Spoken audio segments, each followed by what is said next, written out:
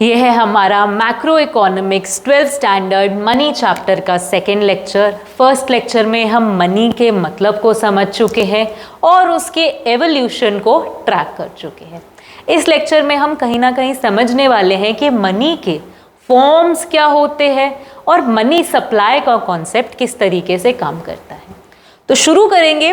पिछले लेक्चर के एंड से ही एक सवाल पूछा गया था लास्ट लेक्चर में कि introduction of money has separated the acts of sale and purchase. How कि मनी इंट्रोड्यूस हुआ जैसे ही सिस्टम में, तो जो सेल है और जो परचेज है उसके एक्ट को सेपरेट कर दिया गया, अलग कर दिया गया। कैसे? तो अभी हम क्या करेंगे, इसका जवाब देने के लिए हमें ट्रैक करना पड़ेगा कि मनी इंट्रोड्यूस होने से पहले सिस्टम कैसा था। तो देखो, पहले जब मनी नहीं थी तो हम कैसे कर रहे थे? गुड्स फॉर गुड्स एक्सचेंज कर रहे थे, बार्टर सिस्टम था। इसमें क्या होता था, अगर राजू को वीट सेल करना है, वीट क्या करना है, सेल करना है, और उसको क्या चाहिए, जूते ठीक करवाने, तो उसको एक ऐसा कॉबलर ढूंढना पड़ता था जो कि उसकी वीट को क्या कर ले, परचेज कर ले और अपनी सर्विस को क्या कर दे, सेल कर दे। यानी कि परचेज और सेल एक ही टाइम पर होते थे जब सिस्टम में मनी नहीं थी। लेकिन जब मनी इंट्रोड्यूस कर दी गई तो चेंज क्या हुआ, राजू मार्केट में जाता, अपनी वीट को सेल कर देता एंड उसको बदले में क्या मिलती, मनी। अब राजू क्या करता, कॉबलर के पास जाता और उसे क्या देता, मनी, और उसकी सर्विसेज को क्या कर लेता, परचेज। बोलो किसको बात समझ में आ रही है कि पहले क्या हो रहा था, परचेज और सेल एक ही टाइम पे कैरी हो रही थी, लेकिन मनी इंट्रोड्यूस होने की वजह से क्या हुआ, सेल का और परचेज का एक्ट सेपरेट हो गया। किसको समझ में आ गया? इसका जवाब कैसे लिखोगे? ऐसा ही आप भी एक एग्जाम्पल लिख दोगे और समझा दोगे एग्जामिनर को कि किस तरीके से मनी के इंट्रोडक्शन की वजह से सेल का और परचेज का एक्ट सेपरेट हो गया। इतनी बात हमें समझ आ गई। कल का लेक्चर हमें एक क्विक रिविजन भी मिल गया, अपना आंसर भी मिल गया। आज के लेक्चर में हम क्या बात करेंगे, फॉर्म्स ऑफ मनी, कि मनी के हमें कौन कौन से डिफरेंट रूप देखने को। तो हम मनी को दो हेडिंग्स में डालते हैं, फिएट मनी और fiduciary money, full bodied money या क्रेडिट मनी। जो भी मनी है वो या तो फिएट मनी या फिड्यूशरी मनी की कैटेगरी में आएगी या फिर फुल बॉडीड मनी और क्रेडिट मनी की कैटेगरी में। एक एक करके समझते हैं क्या बातचीत है। फिएट मनी किसे कहा गया? ऐसी मनी जो गवर्नमेंट ऑथराइज करती है कि इस मनी की गारंटी हम लेते हैं, अगर इस नोट के टुकड़े पर 500 लिखा हुआ है और आप इसे मार्केट में 500 रुपए की चीज देकर एक्सेप्ट कर रहे हो, तो हमारी गारंटी कि आपने ठीक चीज ली है। आपके पास ये जो कागज का टुकड़ा है इसकी वर्थ 500 है। जो मनी गवर्नमेंट ऑथराइज करती है उसको नाम दिया जाता है फिएट मनी। आपके पास कोई भी नोट हो, कोई भी कॉइन हो, वहां पे देख सकते हो जनरली कुछ लिखा होगा ऐसा, मैं धारक हूं, 500 रुपये अदा करने का वचन देता हूँ। मैं धारक को 500 रुपये अदा करने का वचन देता हूँ। इंग्लिश में लिखा हुआ है, I promise to pay the bearer the sum of 500 rupees. और इंडियन गवर्नर के सिग्नेचर हैं, साथ में हमारे पास रिजर्व बैंक ऑफ इंडिया का स्टैंप लगा हुआ है। ऊपर लिखा हुआ है guaranteed by the central government. इन सब चीज़ों का मतलब क्या है कि एक कागज़ के टुकड़े पर जो भी अमाउंट लिखा हुआ है उसे बैकअप कौन कर रहा है, गवर्नमेंट।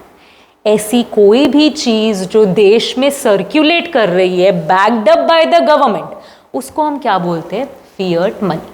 तो फिएट मनी में बेसिकली हमारी सारी करेंसी, जो भी नोट्स प्रिंटेड हैं, जो भी कॉइन्स हैं, वो सब इंक्लूड हो जाएंगे। इसको एक और नाम क्या दिया जाता है, लीगल टेंडर कहा जाता है। एक कंट्री का लीगल टेंडर ऐसी करेंसी, ऐसे नोट्स, ऐसे कॉइन्स को कहा जाता है जो गवर्नमेंट के द्वारा ऑथराइज्ड होते हैं। क्या लिखा है, fiat money, money which is issued by the order authority of the government. किसको बात समझ में आ गई? सिंपल सी बात है। फिर फिड्यूशरी मनी क्या होगी? ऐसे बाकी के सोर्स मनी के जो रह गए हैं, जो गवर्नमेंट ने ऑथराइज तो नहीं किए, पर जो पे कर रहा है और जो पेमेंट रिसीव कर रहा है, उन दोनों के बीच में विश्वास के कारण एक्सचेंज किए जा रहे हैं। जैसे कि फॉर एग्जाम्पल, आपके डैड आपके स्कूल में गए आपकी फीस पे करने, और डैड ने क्या किया, चेक पर आपके फीस का अमाउंट लिख के स्कूल वालों को दे दिया। कूल। अब ये जो चेक है ये कोई पैसे तो है नहीं, इस पे गवर्नमेंट ने कोई नोट भी नहीं लिखा है कि गवर्नमेंट आपको ऑथराइज कर रही है कि इस चेक पे जो भी अमाउंट है वो हम आपको देंगे, ऐसा कुछ भी नहीं लिखा हुआ है। फिर ये मीडियम ऑफ एक्सचेंज के रूप में एक्सेप्ट क्यों हुआ चेक? आपके स्कूल वालों ने चेक क्यों एक्सेप्ट किया? क्योंकि जो पेयर है यानी कि आपके डैड, और जो पेई है जो पेमेंट रिसीव कर रहा है यानी कि स्कूल, उनके बीच में एक म्यूचुअल ट्रस्ट है कि ये जो चेक है इसको मैं बैंक में जाके इन कैश कर सकता हूं। किसको बात समझ में आ रही है? जो भी चीज मीडियम ऑफ एक्सचेंज के रूप में यूज हो रही है ट्रस्ट के बेसिस पे, उसे हम क्या बोल देते हैं? Fiduciary money. क्या लिखा हुआ है? Money which is accepted as a medium of exchange due to trust between payer and payee. Example के तौर पे क्या हो जाएगा? कोई भी चेक। बोलो किसको बात समझ में आ रही है कि किन चीज़ों को आप फिएट मनी में रखने वाले हो, किन चीज़ों को आप फिड्यूशरी मनी में रखने वाले हो। आगे बढ़ते हैं। फिर हमारे पास क्या आ जाता है? क्रेडिट मनी और full bodied money. Full bodied money क्या बोल रहे हैं कि money value commodity value equal होगी। क्रेडिट मनी क्या बोल रही है? मनी वैल्यू ज्यादा होगी और कमोडिटी वैल्यू कम होगी। पर सोचने की बात तो ये, हमें तो मनी वैल्यू और कमोडिटी वैल्यू का मतलब ही नहीं पता। अभी समझ लेते हैं। किसी भी चीज़ की जब हम मनी वैल्यू की बात कर रहे हैं, हम बात कर रहे हैं कि गवर्नमेंट ने उसको कितना डिनोमिनेशन दिया है, बेसिकली कि गवर्नमेंट ने उसके ऊपर क्या नोट, क्या अमाउंट स्पेसिफाई किया है। जैसे कि अगर हम बात करें,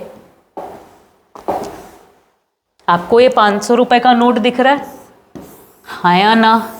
अब ये नोट अगर आपको कहीं भी दिखता है तो आप इससे कितने रुपए की चीज़ें खरीद सकते हो? 500 रुपए की। यानी कि इसके ऊपर जो ये अमाउंट लिखा हुआ है, ये इस नोट की क्या है? Money value. क्या है? अच्छे से लिख लेते हैं अपन, मनी वैल्यू। लेकिन अगर मैं कहूं कि इसके ऊपर जो भी ये चीजें लिखी हुई है ये इनवैलिड हो जाए, ये क्या हो जाए? इनवैलिड हो जाए, तो इस कागज के टुकड़े की वैल्यू कितनी होगी? क्या वैल्यू होगी? कुछ वैल्यू नहीं होगी, या कह लेते हैं बहुत मिनिमम वैल्यू 0.001 पॉइंट कुछ पैसा। किसको बात समझ में आ रही? इस वैल्यू को कहा जाता है कमोडिटी वैल्यू। यानी जो भी चीज जिस पर अमाउंट लिखा गया है, जो भी करेंसी जिस पर अमाउंट लिखा गया है, वो अमाउंट जो गवर्नमेंट प्रॉमिस कर रही है वो उस चीज़ की मनी वैल्यू बन जाती है। और जो भी चीज़ आप, अगर वो लिखी हुई चीज़ें सब इनवैलिड हो जाए, तब उस चीज़ की जो कमोडिटी का जो कीमत रह जाती है वो उस चीज़ की कमोडिटी वैल्यू बन जाती है। किसको बात समझ में आ रही है? अब अक्सर जो कॉइन्स होते हैं, ये मेटल्स होते हैं, इन पर जनरली 1, 2, 5, 10 ऐसा लिखा होता है, राइट? तो जो 10 रुपए का कॉइन है उसके ऊपर जो 10 लिखा हुआ है, आप उससे 10 रुपए की चीजें खरीद सकते हो, है या ना? वो उस कॉइन की मनी वैल्यू है। लेकिन अगर मैं उस कॉइन को पिघला लूं, उससे जो भी मुझे मेटल मिला है उसको मैं मार्केट में 1 रुपए में बेच सकती हूँ, तो वो 1 रुपए उस कॉइन के लिए क्या है? उसकी कमोडिटी वैल्यू। बोलो किसको बात समझ में आ रही है? तो समझ लो एक सिल्वर कॉइन है। एक एग्जाम्पल लेते हैं। क्या है? हमारे पास एक सिल्वर कॉइन है और इस कॉइन के ऊपर लिखा हुआ है गवर्नमेंट की तरफ से ये कॉइन कितने रुपीस का सामान खरीद सकता है? 1 रुपए का सामान खरीद सकता है। लेकिन अगर मैं इस कॉइन को, इस सिल्वर कॉइन को पिघला लेती हूँ और पिघला के सिल्वर निकाल लेती हूँ, है ना, सिल्वर अलग कर लेती हूँ, तो सिल्वर का वर्थ बनता है 1.5। किसको बात समझ में आ रही है? तो अगर मैं पूछूं इसमें बताओ मनी वैल्यू क्या है और कमोडिटी वैल्यू क्या है, तो क्या बताओगे? जो गवर्नमेंट ने लिखा है वो क्या है उस चीज की? Money value. लेकिन सिल्वर का जो पैसा मिल रहा है, हाँ मेटल का जो पैसा मिल रहा है, कमोडिटी का जो पैसा मिल रहा है वो क्या है? कमोडिटी। बोलो किसको बात बिल्कुल ही समझ में आ गई? इस 500 के नोट के लिए ये 500 क्या है? Money value. कागज के टुकड़े की जो कीमत निकल के आएगी वो इसकी क्या होगी? Commodity value. अब यहां पर आ जाओ, जो फुल बॉडीड मनी होती है ना, उसमें हमारी मनी वैल्यू और कमोडिटी वैल्यू बराबर होती है। यानी कि अगर 1 रुपए का सिक्का है और अगर इस सिक्के को पिघला कर मैं मेटल को बेचने जाती हूं मार्केट में, वो भी कितने का बिकता है? 1 ही रुपए का बिकता है। तो मैं कौन सी मनी में डील कर रही हूं? फुल बॉडीड मनी में। लेकिन अगर मेरे पास 500 रुपए का नोट है जिसकी मनी वैल्यू कितनी है? 500 रुपए। कॉमोडिटी वैल्यू कितनी है? 0.0001, यानी कि कम है, मनी वैल्यू ज्यादा है, कमोडिटी वैल्यू कम है। तो 500 रुपए का नोट कहां जाने वाला है? Credit money. बोलो किसको बात बिल्कुल समझ आ गई कि फुल बॉडीड मनी क्या होगी और क्रेडिट मनी क्या होगी? इतनी बात हमें समझ आ गई।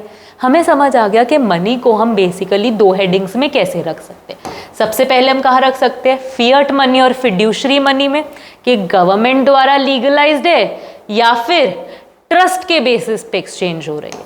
या फिर हम उसे रख सकते हैं फुल बॉडीड मनी और क्रेडिट मनी में।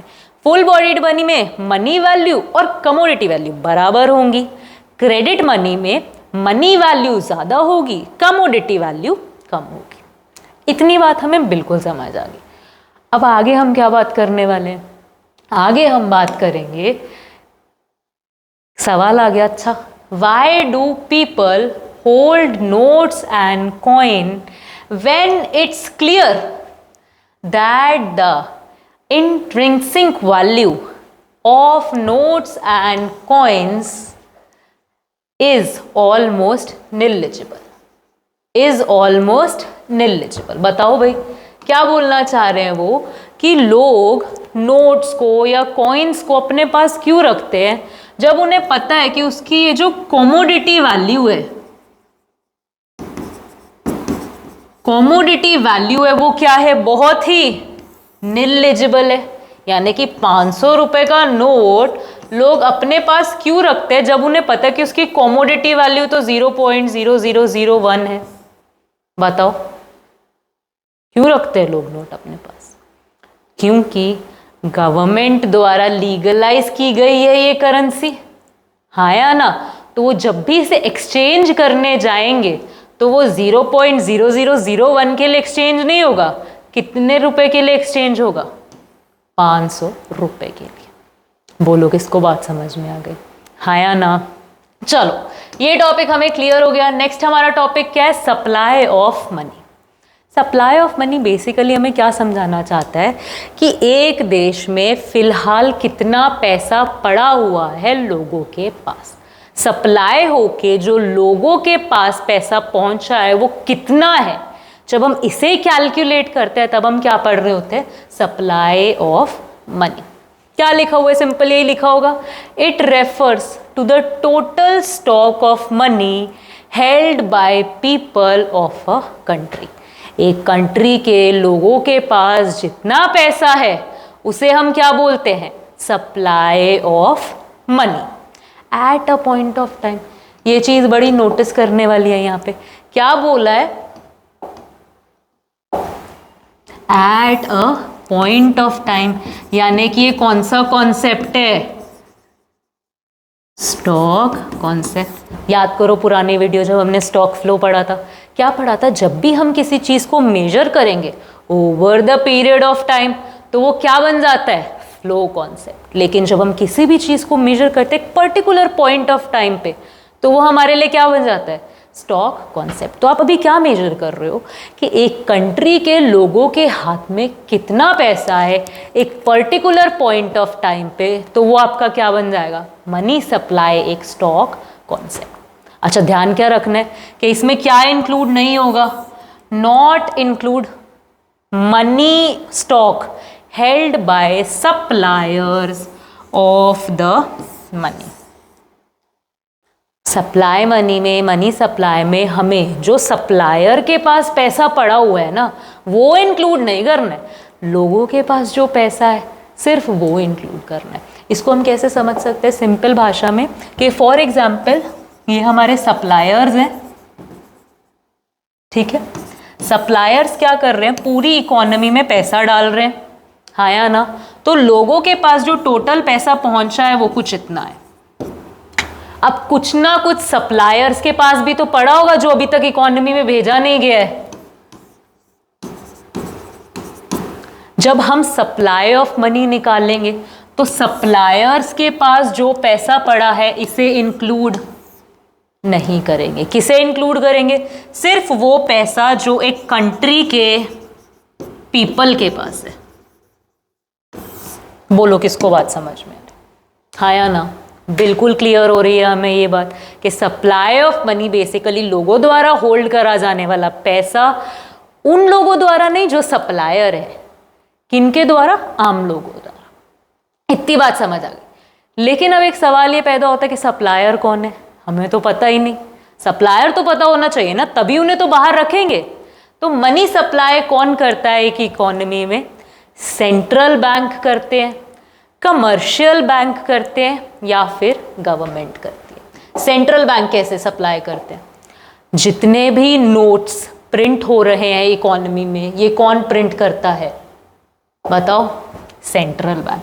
तो सेंट्रल बैंक मनी सप्लाई कैसे करेंगे, जो भी नोट्स है, जो भी करेंसीज है, उनको सप्लाई करके। कमर्शियल बैंक कैसे करेंगे, कमर्शियल बैंक बैंक मनी बनाते हैं। कमर्शियल बैंक जैसे कि एक्सिस बैंक, आईसीआईसी बैंक, ये लोग नोट प्रिंट करके नहीं भेज सकते इकोनॉमी में, फिर भी ये कैसे पैसा क्रिएट करते हैं ये हम बैंकिंग चैप्टर में डिटेल में समझेंगे। पर अभी के लिए हम समझ सकते हैं कि कमर्शियल बैंक भी क्या करता है, मनी सप्लाई करता है, और जो मनी कमर्शियल बैंक सप्लाई करता है डिमांड डिपॉजिट के तरीके से, उसे हम बोलते हैं बैंक मनी। अभी यहाँ पर ये थोड़ा रट्टा लग रहा है, पर नेक्स्ट चैप्टर जब पढ़ लेंगे तो बिल्कुल क्लियर हो जाएगा कि कैसे ये सारा सिस्टम फंक्शन करता है। तो जो गवर्नमेंट है वो क्या करती है, गवर्नमेंट में हमारे पास होती है मिनिस्ट्री ऑफ फाइनेंस। इस मिनिस्ट्री का बेसिकली काम होता है 1 रुपए के नोट्स और कॉइन्स को इकोनॉमी में सप्लाई करना। तो ये हमें पता लग गया कि ये तीनों जो है हमारी इकोनॉमी के सप्लायर्स हैं। Central bank RBI note supply करेगा, commercial bank bank money supply करेगा, गवर्नमेंट हमारे पास मिनिस्ट्री ऑफ फाइनेंस के थ्रू कॉइन्स सप्लाई करेगी इकोनॉमी। तो इनके द्वारा जो भी स्टॉक मनी का इनके पास पड़ा है वो हम इंक्लूड नहीं करेंगे जब हम मनी सप्लाई निकाल रहे हैं। हम इंक्लूड करेंगे सिर्फ पीपल ऑफ द कंट्री द्वारा हेल्ड मनी। इतनी बात समझ में आ रही है, राइट। तो अब हम आगे क्या देखने वाले हैं कि बेसिकली हमारा जो मनी सप्लाई है, हमारी बुक में जो मनी सप्लाई है ये बन कैसे रहा है। तो यहाँ पर एक छोटी सी चीज़ पहले हम समझ लेते हैं कि जो मनी सप्लाई लोगों द्वारा हेल्ड, पीपल द्वारा हेल्ड जो भी मनी है वो M1, M2, M3 और M4 इन 4 नामों से जानी जाती है। लोग मनी M1 के फॉर्म में होल्ड कर सकते हैं, M2, M3 और M4 के फॉर्म में होल्ड कर सकते हैं। अब इनमें बेसिक फ़र्क क्या है थोड़ा सा समझ लेते हैं, ज़्यादा डिटेल में नहीं जाएंगे। M1 जो होता है वो बहुत ज़्यादा लिक्विड सोर्स होते हैं, जैसे कि आपके हाथ में 100 रुपये, आप क्या करोगे, इसे जाके खर्चा कर दोगे, अभी सामान लेकर आ जाओगे, ठीक है। आपके हाथ में हम समझ सकते हैं एक डेबिट कार्ड है, आप जाओगे उसे स्वाइप करोगे एंड आपके पास पैसे आ जाएंगे। ये सारी चीज़ें बेसिकली M1 में आ जाएंगी। M2 में उससे कम लिक्विड चीज़ें, M3 में उससे कम लिक्विड चीज़ें, M4 में उससे कम लिक्विड चीज़ें कि आप किसी सिक्योरिटीज़ को होल्ड कर रहे हो, अब उनको भी लिक्विड किया जा सकता है। आपने किसी के शेयर्स परचेज कर रखे, उन्हें भी आप लिक्विड कर सकते हो, उन्हें बेच दो, पैसा आ जाएगा, उसे एक्सचेंज में यूज़ कर लो। तो उधर भी आप मनी तो होल्ड कर रहे हो, लेकिन क्योंकि वो कम लिक्विड है, उसमें टाइम ज़्यादा लगेगा, इसीलिए वो M4 में रखा जाता है। तो M1 में क्या होगा, बेसिकली वैसी चीज़ें जो बहुत जल्दी लिक्विड की जा सकती, M2 में उससे कम लिक्विड, M3 में उससे कम लिक्विड, M4 में सबसे कम लिक्विड चीज़ें। तो बेसिकली मनी सप्लाई इन सबको जोड़कर बनता है, लेकिन हमारे सिलेबस के अकॉर्डिंग हमें सिर्फ M1 पे फोकस कर। तो M1 में क्या क्या होता है, M1 बनता है C plus DD plus OD से। C मतलब जितनी भी करेंसी लोगों के पास है, 10 के, 20 के, 100 के, 500 के, जितने भी नोट लोगों के पास है। D बोलता है डिमांड डिपॉजिट्स। डिमांड डिपॉजिट्स क्या होते हैं, ऐसे डिपॉजिट्स जो आप बैंक में करते हो, जो आप कभी भी विड्रॉ कर सकते हो, कभी भी डिमांड कर सकते हो।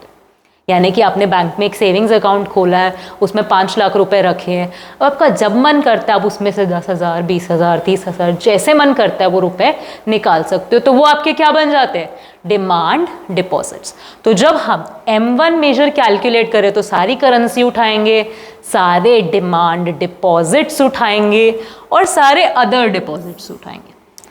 अदर डिपॉजिट्स में क्या होते हैं, डिमांड डिपॉजिट्स जो आपने रिजर्व बैंक के थ्रू पब्लिक इंस्टीट्यूशंस में रखे हैं, जो आपने रिजर्व बैंक से फॉरेन सेंट्रल बैंक्स में रखे हुए हैं, और जो आपने demand deposit international financial institutes में रखे हुए हैं। अब इनका थोड़ा सा देख लेते हैं एग्जाम्पल्स। जैसे कि जो भी एग्रीकल्चरल बैंक खुले हुए हैं देश में, उसमें लोगों का जो पैसा पड़ा हुआ है वो सब भी आप क्या कर लोगे, इंक्लूड कर लोगे, क्योंकि पैसा तो लोग ही होल्ड कर रहे हैं ना। जो लोगों का पैसा कनाडा में, अमेरिका में, स्विट्जरलैंड में पड़ा हुआ है, वो सारा पैसा इंक्लूड कर लोगे, क्योंकि लोगों के द्वारा पैसा उठाना, कहीं भी पड़ा हो हम तो सब उठा लेंगे। जो पैसा इंटरनेशनल इंस्टीट्यूट, अभी हमने बात की कि वर्ल्ड के किसी स्पेसिफिक कंट्री के बैंक में पड़ा है, अभी हम बात कर रहे हैं ऐसे इंस्टीट्यूट्स की जो किसी कंट्री को बिलोंग नहीं करते, जैसे कि IMF, वर्ल्ड बैंक, ये किसी एक कंट्री को बिलोंग नहीं करता, ये इंटरनेशनल इंस्टीट्यूशंस है। इनमें भी जो लोगों का पैसा रखा हुआ है उसे हम इंक्लूड कर लेंगे जब हम मनी सप्लाई का M1 मेजर कैलकुलेट करें। बोलोगे इसको बात समझ में आ रही है? इसका एग्जाम्पल हो सकता है NABARD, national bank of rural and agriculture development, ठीक है। उसके बाद रिजर्व बैंक ऑफ फॉरेन, इसके हो सकते हैं जो भी इंटरनेशनल अमेरिका के, कनाडा के सेंट्रल बैंक्स हैं, ठीक है। इंटरनेशनल फाइनेंशियल इंस्टीट्यूट्स हो सकते हैं, IMF, वर्ल्ड बैंक वगैरह जैसे इंस्टीट्यूशंस। किसको M1 समझ में आ रहा है? बेसिकली देखो, कोई स्ट्रेस वाली बात नहीं है, सिंपल याद क्या रखना है कि हमें क्या उठाना है कि एक कंट्री के लोगों द्वारा होल्ड किया हुआ पैसा, चाहे तो वो उनके पास करेंसी के फॉर्म में पड़ा हो, यानी कि कैश के फॉर्म में पड़ा हो, चाहे उनके पास डिमांड डिपॉजिट्स यानी कि उनके बैंक अकाउंट में पड़ा हो, या फिर उनके अदर डिपॉजिट्स के फॉर्म में पड़ा हो, किसी रूरल बैंक में पड़ा हो, किसी फॉरेन बैंक में पड़ा हो, या किसी इंटरनेशनल बैंक में पड़ा हो। बोलो किसको बात समझ में आ गई? सिंपल सी बात थी, ओके। तो अब हम आगे क्या देख रहे हैं, ये कुछ इंपॉर्टेंट टर्म्स है, बेसिकली हमारे लेक्चर से कहीं ना कहीं ये कनेक्ट करती है। Net and gross demand deposit क्या होता है? अक्सर क्या होता है जब बैंक्स ट्रांजैक्शंस कर रहे होते हैं कि एक पर्सन ने अपना बैंक अकाउंट खोला है एक्सिस बैंक में, एक पर्सन ने अपना अकाउंट खोला है SBI में, तो सारा दिन इनसे क्या हो रहा है, पैसे यूजर्स एक्सिस वाले SBI में भेज रहे हैं, SBI वाले एक्सिस में भेज रहे हैं, बैंक की आपस में बहुत सारी ट्रांजैक्शंस हो जाती हैं। तो जो ट्रांजैक्शंस है, जब हम उन सबको देखते हैं तब हम ग्रॉस डिमांड डिपॉजिट्स की बात कर रहे होते हैं। लेकिन जो ट्रांजैक्शंस आपस में कैंसिल आउट हो जाती हैं, जैसे कि फॉर एग्जाम्पल SBI ने एक्सिस बैंक को भेजा 10,000 रुपये, एक्सिस बैंक के किसी यूजर ने SBI को भेजा 10,000 रुपये, तो ये अमाउंट आपस में कैंसल आउट हो रहे हैं कि नहीं हो रहे? किसको बात समझ में आ रही है? तो इन चीज़ों को जब हम कैंसल आउट करके कैलकुलेशन करते हैं ना, एक सेकेंड इसको हटा ही देते हैं, इन चीज़ों को, ये जो अफेक्ट आपस में हो रहे हैं, इंटर बैंक जो ट्रांजैक्शंस हो रहे हैं, इनको जब हम हटा देते हैं फिर डिमांड डिपॉजिट्स उठाते हैं, तो उनको क्या नाम दिया जाता है? Net demand deposits. अगर हम इनको नहीं हटाते हैं तो उनको क्या नाम दिया जाता है? Gross demand deposits. जब हमें क्या समझना है कि जब हम मनी सप्लाई कैलकुलेट कर रहे हैं तो क्या इंक्लूड करना है, नेट या ग्रॉस?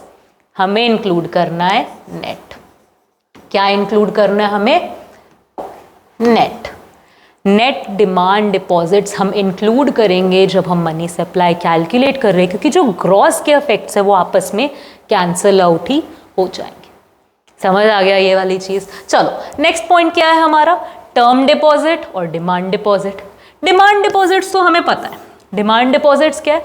ऐसे डिपॉजिट जो आप बैंक में कर रहे हो और आप कभी भी विड्रॉ कर सकते हो, कभी भी डिमांड कर सकते हो। ये दो टाइप के अकाउंट्स में हो सकते हैं, सेविंग में या फिर करंट में। इतना बेसिक नॉलेज तो हमें है ही। सेविंग अकाउंट हम पर्सनली खोलते हैं इंडिविजुअल पर्सन्स के लिए, करंट अकाउंट हम खोलते हैं बिजनेस की ट्रांजैक्शंस करने के लिए। तो चाहे दोनों ही डिमांड डिपॉजिट्स, आप दोनों में से कभी भी पैसा कितना भी विड्रॉ कर सकते हो, जितनी भी आपकी लिमिट्स हैं। तो सेविंग अकाउंट हो या करंट अकाउंट हो, दोनों क्या है हमारे डिमांड डिपॉजिट्स अकाउंट है। लेकिन ये टर्म डिपॉजिट क्या होता है? आपने कभी फिक्स्ड डिपॉजिट का नाम सुना है? एफडी करवा लो लोग अक्सर कहते हैं। लोग क्या करते हैं, बैंक के पास क्या स्कीम्स होती है, ऐसे भी अकाउंट्स होते हैं कि आप वहां पर जाओ, पैसा डाल दो, 10 साल के लिए ब्लॉक कर दो। बैंक आपको उस पर कुछ ना कुछ इंटरेस्ट पे करता है, जो कि नॉर्मली इन अकाउंट से हायर होता है, इसीलिए लोग अक्सर एफडी में पैसा रखते हैं। तो बेसिकली हमें क्या समझना है कि जो फिक्स्ड डिपॉजिट्स होते हैं, ये एक पर्टिकुलर टाइम पीरियड के लिए आप बैंक में पैसा ब्लॉक कर दे रहे हो। किसको बात समझ में आ रही है? तो जब आप टाइम पीरियड डाल रहे हो तो आप एक टर्म डाल रहे हो। जो भी इस कैटेगरी की डिपॉजिट्स होती है, जब आप टर्म डाल देते हो, अपनी डिपॉजिट करते हो, आप उसे कभी भी बैंक के पास जाके नहीं बोल सकते मुझे मेरे पैसे दे दो, आज मैं यहाँ से 10,000 रुपये विड्रॉ कर रहा हूँ। आप नहीं कर सकते, आप फिक्स कर देते हो उसको। ऐसी चीज़ों को, ऐसे डिपॉजिट्स को बोला जाता है टर्म डिपॉजिट्स। तो जब हम M1 कैलकुलेट कर रहे हैं तो हम सिर्फ डिमांड डिपॉजिट्स को ही उठाएंगे, हम टर्म डिपॉजिट्स को इंक्लूड नहीं करेंगे, क्योंकि हमें क्या चाहिए, हाई लिक्विडिटी चाहिए। टर्म डिपॉजिट्स तो लिक्विड है ही नहीं, उन्हें तो हम विड्रॉ कर ही नहीं सकते एक फिक्स्ड पीरियड ऑफ टाइम तक। इसीलिए हम क्या करेंगे, सिर्फ डिमांड डिपॉजिट्स को ही पिकअप करेंगे, टर्म डिपॉजिट्स को इग्नोर कर देंगे जब हम M1 में मनी सप्लाई को कैलकुलेट कर रहे हैं। बोलो किसको बात समझ में आ रही है? चलो नेक्स्ट हमारे पास क्या है, बैंक मनी और हाई पावर्ड मनी। ये बैंक मनी क्या होता है, ये पहले भी शब्द आया था, ऐसी मनी जो कमर्शियल बैंक क्या कर रहे हैं, कमर्शियल बैंक सप्लाई कर रहे हैं इकोनॉमी के अंदर बाय डिमांड डिपॉजिट्स। अपने तरीके से जो कमर्शियल बैंक मनी सप्लाई कर रहे हैं इकोनॉमी के अंदर, उसे बोला जाता है, उस टाइप की मनी को बोला जाता है बैंक मनी। और डिटेल में बात करेंगे नेक्स्ट चैप्टर में। लेकिन हाई पावर्ड मनी क्या होता है फिर? हाई पावर्ड मनी होता है जहां पर आप करेंसी सारी इंक्लूड कर लेते हो और साथ में प्लस जो बैंक्स ने अपने पास पैसा रिजर्व रखा हुआ है, ब्लॉक करके रिजर्व रखा हुआ है, उसे भी इंक्लूड कर लेते हो। जब हम इन दोनों को साथ में जोड़कर उठाते हैं तो हम हाई पावर्ड मनी देख रहे होते हैं। किसको बात समझ में आ रही है? हाई पावर्ड मनी बेसिकली ऐसा मनी है जहाँ पे आपकी सारी करेंसी उठ गई है एंड साथ ही साथ जो बैंक, कमर्शियल बैंक्स ने रिजर्व मेंटेन किए हुए हैं वो भी आपने पिकअप कर लिया। अच्छा, तो आप मुझे बता ही सकते हो कि जब हम मनी सप्लाई कैलकुलेट करेंगे तब हाई पावर्ड मनी कितनी इंक्लूड होगी? हाई पावर्ड मनी का सिर्फ करेंसी वाला हिस्सा इंक्लूड होगा, जो बैंक ने रिजर्व रखा है वो इंक्लूड नहीं होगा। क्यों? याद करो हमने क्या कहा था, stock held by suppliers of money include नहीं होगा। कमर्शियल बैंक कौन है? सप्लायर्स। कमर्शियल बैंक का पैसा है रिजर्व में, हम उसे इंक्लूड नहीं करेंगे। बोलो किसको बात समझ में आ रही? हाँ या ना?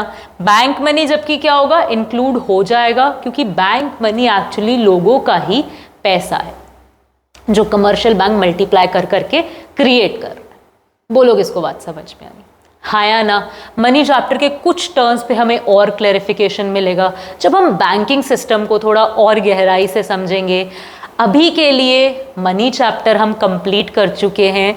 मनी चैप्टर में बेसिकली आपके पास यही टॉपिक्स है जहाँ पर हम मनी का मतलब समझते हैं, फंक्शंस समझते हैं, फॉर्म्स समझते हैं, फिर हम समझते हैं कि मनी सप्लाई कैसे होता है। हमने मनी का एवोल्यूशन देखा और बार्टर सिस्टम को भी हमने बहुत अच्छे से समझने की कोशिश की। अब मिलेंगे कल के लाइव लेक्चर में, तब तक के लिए have a good day, keep learning and be prepared to answer the questions in the live lecture. Have a good day.